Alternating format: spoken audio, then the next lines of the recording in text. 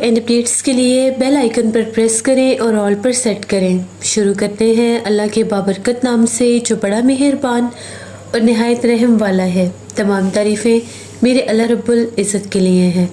خوفناک کہانیوں کے معزز ناظرین کو میری طرف سے السلام علیکم۔ امید کرتی ہوں آپ سب لوگ خیریت سے ہوں گے، جہاں ہوں گے خوش ہوں گے۔ آج آپ لوگوں کے لیے بہت ڈرامنی کہانیاں لائی ہوں جنہیں آپ لوگ بہت پسند کریں گے۔ آج کی پہلی خوفناک کہانی رابعہ شیئر کر رہی ہے۔ رابعہ کہتی ہیں ہم لوگ بھیرا کے رہنے والے ہیں اور آج آپ کے ساتھ ہم لوگوں کی زندگی میں پیش آنے والی بہت ہی زیادہ ڈرامنی کہانی شیئر کرنا چاہتی ہوں۔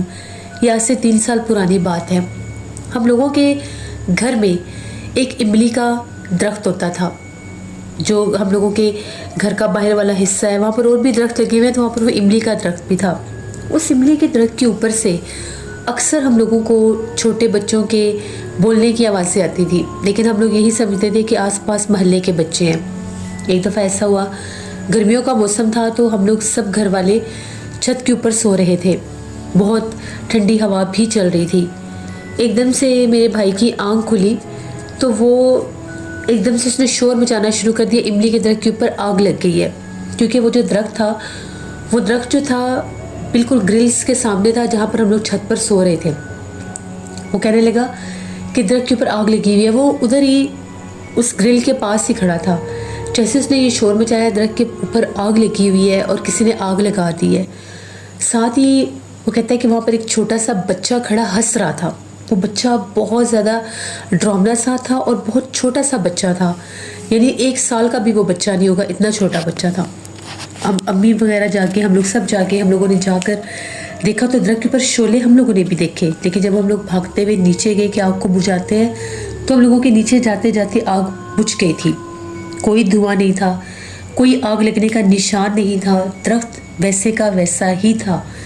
لیکن جب ہم لوگ درخت کے قریب گئے تو ہمیں باقاعدہ محسوس ہوا جس طرح سے کوئی چھوٹا بچہ ہے اور وہ بہت زیادہ بھیانک آواز میں ہنس رہا ہے۔ امی نے کہا کہ یہاں پر زیادہ دیر کھڑے نہیں ہونا، اکثر املی کے درختوں کے اوپر جنات کا بسیرا ہوتا ہے، پیچھے ہٹ، یہ جنات کی ہی کوئی شرارت ہے۔ ہم لوگ واپس آ گئے۔ میرے بھائی کو بہت سخت بخار ہو گیا، اسی ٹائم اس کی طبیعت اتنی خراب ہو گئی، وہ کانپنے لگ گیا۔ امی نے جب دیکھا تو اسے بخار ہو گیا تھا۔ امی نے آیت الکرسی پڑھی۔ امی نے کہا کہ اکثر جنات کو دیکھنے کے بعد بخار ہو جاتا ہے، یہ نشانی ہوتی ہے جنات کی۔ اب ابو کو بھی پتہ لگ گیا کہ یہ درخت آسیب زدہ ہے۔ ابو نے کہیں خود ہی ارادہ بنا لیا کہ میں اس درخت کو کٹوا دیتا ہوں۔ میرے بچوں کو تو یہ چیزیں نظر آنے لگ گئی ہیں، پہلے اس سے صرف آوازیں آتی تھیں، لیکن جب وہ آگ والا ماجرا ہوا اس کے بعد وہ ایک بچہ ہمیں بہت زیادہ نظر آتا تھا۔ بچہ ایسے نظر آتا تھا، باقاعدہ ایسا لگتا تھا کہ کوئی بھاگ کر سیڑھیوں سے چھوٹا سا بچہ اوپر آتا ہے، آ کر ہم لوگوں کی چارپائیوں کے آس پاس چکر کاٹتا ہے اور باقاعدہ آوازیں نکالتا ہے اور بھاگ جاتا ہے۔ ڈرانا شروع کر دیا اس بچے نے ہمیں۔ ابو نے 5-6 دن کے بعد ایک مالی کو بلا کر وہ درخت کٹوا دیا، کسی کو بھی نہیں بتایا۔ ابو نے جب وہ درخت کٹوا دیا، امی نے کہا کہ آپ نے بہت برا کیا، آپ نے اس طرح سے درخت نہیں کٹوانا تھا۔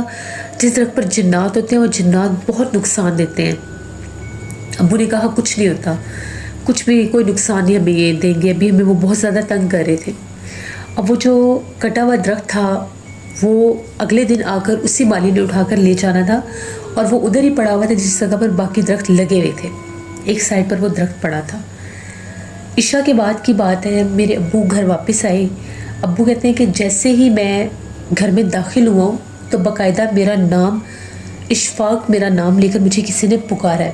تو جب میں نے اس طرف دیکھا تو اس کٹے ہوئے درخت کے اوپر ایک بہت بھیانک عورت بیٹھی ہوئی تھی، وہ بالکل سر سے گنجی تھی، بہت بڑے بڑے اس کے کان تھے، اور اس کے ساتھ ایک چھوٹا سا بچہ بھی تھا۔ ان کی آنکھیں ایسی تھی جیسے ان کی آنکھوں میں انگارے نکل رہے ہیں۔ جو ہی ابو نے انہیں دیکھا، ابو ایک دم اندر کی طرف بھاگے تو ابو کو باقاعدہ کسی نے پیچھے سے دھکا دیا۔ ابو اتنا زور سے دہلیز میں جا کر گرے، ان کا بازو فریکچر ہو گیا، بے ہوش ہو گئے۔ ہم لوگوں کو تو رونا پیٹنا پڑ گیا کہ یہ ہو کیا گیا ایک دم سے۔ اتنے ہم لوگ خوف زدہ ہوئے، ابو کو ہاسپٹل لے کر گئے، ایمبولینس بلائی، ہاسپٹل جا کر ڈاکٹر نے چیک اپ کیا، بتایا تو ابو کا بازو فریکچر ہو گیا تھا۔ تقریباً 15 دن ابو ہاسپٹلائز رہے۔ اس کے بعد ان کا وہ جو بازو تھا اس کی باقاعدہ وہ آپریشن ہوا، سرجری ہوئی۔ ابو جیسے ہم ابو کو لے کر گھر آئے، اس دوران بھی اس کٹے ہوئے درخت کے پاس سے ہی بہت زیادہ بھیانک آوازیں آتی تھیں.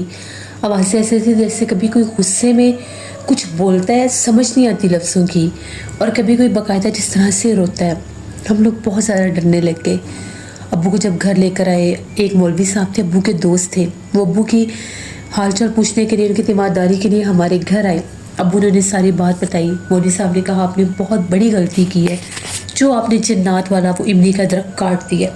آپ کو نہیں پتا جنات اس پر آباد ہوتے ہیں اور وہ بڑے قدیم عرصوں سے یہاں پر رہ رہے ہوتے ہیں. جب بھی کسی درخت کو کاٹنا ہو تو باقاعدہ ان سے پہلے اجازت لیتے ہیں. ابو نے کہا میں ان سے معافی مانگنا چاہتا ہوں, میں کیا کروں؟ انہوں نے یہ کہا کہ آپ ایسا کریں, اسی کٹے ہوئے درخت کے پاس مٹھائی کچھ منگوائیں اور وہ رکھیں اور ان سے معافی مانگیں, امید ہے وہ آپ کو معاف کر دیں گے. ابھی ابو کے بازو کے اوپر وہ پلستر وغیرہ پٹی سب کچھ لگا ہوا تھا. ہم لوگوں نے 2 ڈبے مٹھائی کے منگوائے, 2 کلو کے 2 ڈبے مٹھائی کے منگوائے. وہاں پر جا کر درخت کے پاس رکھے, مغرب کا ٹائم تھا. ابو کو سہارا دے کر لے کر گئے. ابو نے وہاں پر کھڑے ہو کر ان سے معافی مانگی اور کہا کہ آپ ہمیں معاف کر دیں, ہم لوگوں سے غلطی ہو گئی ہے. آپ لوگ ہمیں اپنا آپ ظاہر کرتے تھے, ہم لوگ ڈرتے تھے, اس لیے ہم نے یہ درخت کاٹا, ہمارا اور مقصد نہیں تھا. تو آپ یہ مٹھائی قبول کر کے ہمیں معاف کر دیں. ابو اندر یہ کہہ کر ہم سب ابو کو لے کر اندر آ گئے. ہمیں مولوی صاحب نے کہا تھا اس کے بعد آپ لوگوں نے صبح تک باہر نہیں نکلنا, یعنی فجر تک اس سائڈ پر نہیں جانا. صبح جب بھی ہم لوگوں نے جا کر دیکھا تو مٹھائی کا ایک ڈبہ جو تھا وہ, اور ایک ڈبہ جو تھا وہ ابھی بالکل ویسے کا ویسے ہی پڑا ہوا تھا, لیکن ایسے لگ رہا تھا جیسے اس میں سے بھی چیزوں کو چھیڑا گیا ہے. ہم لوگ یہ سمجھ رہے تھے وہ مٹھائی انہوں نے کھا لی ہے, لیکن وہ جنات نے کھائی نہیں تھی. جس جگہ پر وہ درخت کٹا ہوا تھا اس درخت کے آس پاس اس مٹھائی کو باقاعدہ اس جنات نے جوڑ دیا تھا. ہم لوگوں نے مولوی صاحب کو بتایا. مولوی صاحب نے کہا نہیں, ابھی بھی یہ جنات آپ لوگوں سے ناراض ہیں, 2-3 دن گزرنے دیں, اگر یہ مٹھائی غائب ہو گئی تو شاید یہ صلح کی طرف آ جائے, یہ آپ لوگوں کو معاف کر دیں.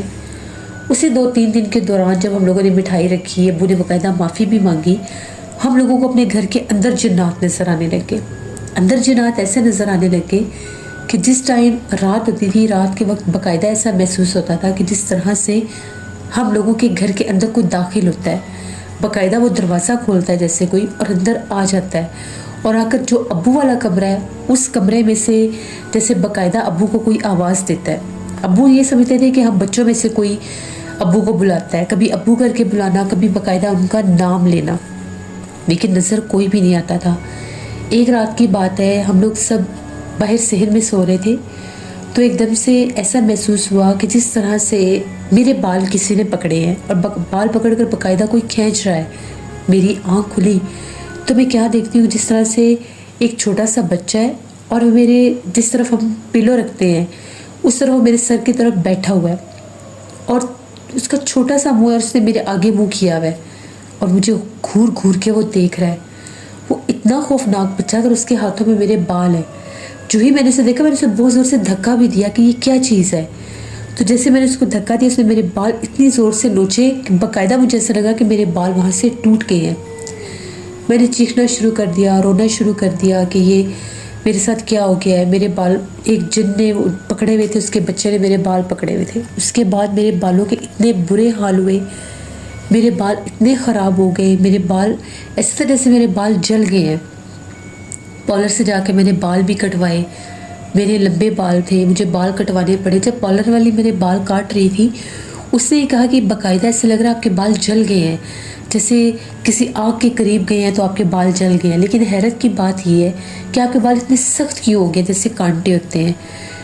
اتنی مشکل سے اس نے میرے بال کاٹے. جب وہ میرے بال کاٹ رہی تھی مجھے بہت درد ہو رہا تھا.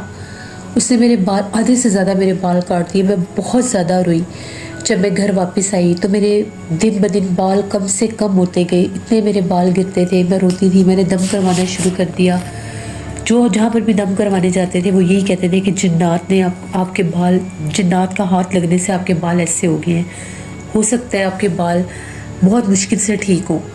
پھر میں نے قرآن پاک پڑھا, سورہ رحمان پڑھ کے میں پانی پر دم کر کے پیتی تھی, اپنے بالوں کے اوپر دم کرتی تھی.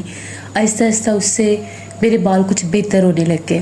میں نے اللہ کا شکر ادا کیا. لیکن ابھی بھی ہم لوگوں کے گھر میں واقعات ہونا کم نہیں ہو رہے تھے. جو بھی کھانا ہم لوگ بنا کر رکھتے تھے اس کھانے کو وہ جنات ضائع کروا دیتے تھے. ضائع ایسے کرواتے تھے, کبھی کھانے میں سے بال بہت زیادہ نکلتے تھے، کبھی کھانے میں سے کیل نکلتے تھے، ایسی ایسی عجیب و غریب چیزیں نکلتی تھیں کہ ہم لوگوں کی حیرت دنگ رہ جاتی تھی۔ پھر ہم لوگوں نے ایک عامل سے رابطہ کیا، ان عامل نے یہ کہا کہ آپ جب کھانا بناتے وقت آپ لوگوں نے کچن میں 7 بار آیت الکرسی پڑھ کر اس کا حصار کرنا ہے، اور جب کھانا بنا لیں تو کھانے کو اٹھا کر اس برتن میں بھی حصار کرنا ہے جس میں آپ نے کھانا بنانا ہے۔ جب حصار کرنا شروع کیا کچن میں بھی اور کھانے پر بھی، تو کھانا تو انہوں نے خراب کرنا بند کر دیا، لیکن اب گھر میں ہم لوگوں کا رہنا بہت زیادہ مشکل ہو گیا تھا۔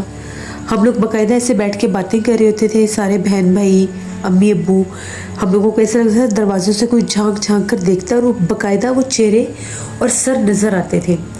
اگر ہم لوگوں کے گھر میں سے کوئی بھی بندہ اکیلا سو رہا ہوتا تھا تو کوئی بہت بھاری چیز باقاعدہ آ کر سر کو پکڑ لیتی تھی دونوں ہاتھوں سے، اور ایسا محسوس ہوتا تھا کہ جس طرح سے وہ سر کو پکڑ کر دبا رہے ہیں، اتنا برا حال ہوتا تھا۔ اور زیادہ تر یہ مسئلہ ہم لوگوں کے ڈرائنگ روم میں ہوتا تھا۔ اگر ڈرائنگ روم میں میرا بھائی یا ہم لوگ پڑھتے تھے اکثر وہاں پر بیٹھ کر، تو ہم لوگوں کے ساتھ یہ پرابلم ہوتی تھی۔ پھر ہم لوگوں نے اکٹھے بیٹھ کر پڑھنا شروع کر دیا۔ جب ہم لوگوں کے فائنل ایگزامز تھے، ہم لوگوں نے ایک سر لگوائے ہوئے تھے ٹیوشن پڑھنے کے لیے۔ سر ہم لوگوں کو مغرب کے بعد پڑھانے آیا کرتے تھے، ہم تینوں بہن بھائی ان کے پاس بیٹھ کر پڑھتے تھے۔ تو جب ہم لوگ سر کے پاس پڑھ رہے ہوتے تھے تو باقاعدہ جس طرف سے گھر کی طرف جو ڈرائنگ روم کا دروازہ تھا، سر نے 3-4 بار کہا کہ ابھی یہاں پر ایک بچہ اگر کھڑا ہوتا ہے اور اس کے ساتھ ایک عورت ہے، یہ کون ہے؟ ان کا حلیہ بہت زیادہ عجیب اور بڑا، میں کہنا نہیں چاہتا، بہت زیادہ بھیانک سا ہے۔ ہم لوگ دیکھتے تھے، ہمیں کوئی بھی نظر نہیں آتا تھا۔ اب ہم لوگوں کو سب نے منع کیا تھا کہ اگر سر کو یہ بتایا کہ ہمارے گھر میں جنات ہیں، اس طرح سے ظاہر کرتے ہیں، تو سر نے پڑھانا چھوڑ دینا۔ ایک دن ایسا ہوا، سر کہیں مغرب سے پہلے ہم لوگوں کے گھر آ گئے۔ ہم لوگوں کو ابھی ہم لوگ جیسے بھی باہر تھے، ہم لوگوں نے سر سے کہا کہ ہم لوگ 5-10 منٹ میں آ رہے ہیں، کیونکہ بکس وغیرہ ارینج کرنی، اٹھانی، اور تب پڑھنے جاتے تھے۔ سر نے پانی منگوایا، ہم لوگ پانی دے کر، میرا بھائی پانی دے کر باہر آ گیا۔ ابھی 5 منٹ بھی نہیں گزرے تھے، ڈرائنگ روم سے سر کی چیخیں سنائی دینے لگی۔ جب ہم لوگوں نے جا کر دیکھا تو جو سر تھے ان کی حالت ایسی تھی جیسے پتہ نہیں ان کو کیا ہو گیا ہے۔ ان کا چہرہ اتنا ریڈ ہوا ہوا تھا اور آنکھیں ایسے جیسے باہر نکلی ہوئی ہیں، دونوں ہاتھ پیچھے کی طرف مڑے ہوئے تھے۔ میرے بھائی نے شور مچا دیا، ہم لوگ سب بھاگے، پنکھا چلایا، پنکھا حالانکہ موسم نارمل ہو چکا تھا، پنکھا چلایا، سر کے منہ پر پانی کے چھینٹے مارے، ان کو پانی پلایا۔ 5 منٹ بعد کچھ نارمل ہوئے اور فوراً سے اٹھ کر کہنے لگے مجھے جانے دے، میں نے یہاں پر نہیں رکنا۔ جب ہم لوگوں نے سر سے پوچھا تو ان کا یہ کہنا تھا کہ میں یہاں پر بیٹھا پانی پینے لگا تھا، میرے کندھے پر آ کر کسی نے پیچھے سے ہاتھ رکھا۔ جو ہی میں نے پیچھے پلٹ کر دیکھا تو ایک اتنی خوفناک عورت تھی جو ادھر پیچھے صوفے کے پاس کھڑی تھی۔ وہ دیکھتے دیکھتے اس نے جیسے میرے دونوں بازو پکڑ کر پیچھے کی طرف کر دیے۔ وہ اتنی بھیانک تھی کہ مجھے ایسا لگ رہا تھا مجھے جان سے مار دے گی۔ یہ وہی عورت ہے جس کو میں نے آپ کے ڈرائنگ روم کے دروازے میں کھڑے ہوئے دیکھا تھا۔ آپ لوگوں کے گھر میں جنات ہیں۔ سر ہمارے گھر سے چلے گئے، دوبارہ پڑھانے بھی نہیں آئے۔ ابو بہت زیادہ پریشان تھے۔ 1 سال کے اندر اندر ہم لوگوں کے گھر میں اتنے واقعات ہوئے، سوئے ہوئے ہوتے تھے، جنات اتنا تنگ کرتے تھے، پنکھا بند کر دیتے تھے گرمی کے موسم میں، سردیوں کے موسم میں پنکھا چلا دیتے تھے، لائٹیں آن کر دیتے تھے، کوئی نہا رہا ہے تو باہر سے کنڈی لگا دیتے تھے۔ ہر طرح سے وہ جو جنات انہوں نے ہمیں تنگ کیا۔ میرے ایک کزن تھے، خالہ کے بیٹے، وہ اپنی مسز کے ساتھ آئے تھے، ان کا بیٹا تھا 1 سال کا، تو وہ ہم لوگوں والے کمرے میں، وہ جو ہماری بھابھی تھی انہوں نے اس کو سلایا ہوا تھا۔ تھوڑی دیر گزری تو بھابھی کو بچے کے رونے کی آواز آئی، تو جیسے وہ کمرے میں گئی تو وہ کہتی ہیں چیخنا شروع کیا اور لائٹیں جلا کر بچے کو اٹھا کر باہر بھاگی اور کہنے لگی ابھی اس کے ساتھ اندر کوئی اور بچہ بھی لیٹا ہوا تھا، اور وہ بچہ بہت زیادہ بھیانک تھا۔ میں نے باقاعدہ اس بچے کو دیکھا اس کے ساتھ لیٹا ہوا تھا اور ان کا بچہ رو رہا تھا۔ پھر اس کے بعد ان کا بچہ بہت زیادہ بیمار رہا، انہوں نے بڑے دم وغیرہ کروائے، تب جا کر ان کا بیٹا ٹھیک ہوا۔ پھر ہم لوگوں کو ہر کسی نے کہا کہ آپ لوگوں نے جو درخت کٹوایا ہے وہ جنات آپ لوگوں کے دشمن بن گئے ہیں، بہتر یہی ہے آپ لوگ یہ گھر چھوڑ دیں، نہیں تو یہ جنات آپ کو جانی نقصان بھی دے دیں گے۔ بیماریاں ہم لوگوں کے گھر میں ان جنات نے بڑی دیں۔ تقریباً جو بھی ہم لوگ کام کرنے لگتے تھے اس میں ہمیں رکاوٹ آ جاتی تھی۔ ابو کے کاروبار میں بھی بہت زیادہ نقصان شروع ہو گیا۔ 1.5 سال کے اندر اندر ہم لوگوں نے وہ گھر بیچ دیا، چھوڑ دیا وہ گھر ہم لوگوں نے۔ پھر ہم لوگ ایک اور گھر پر گئے،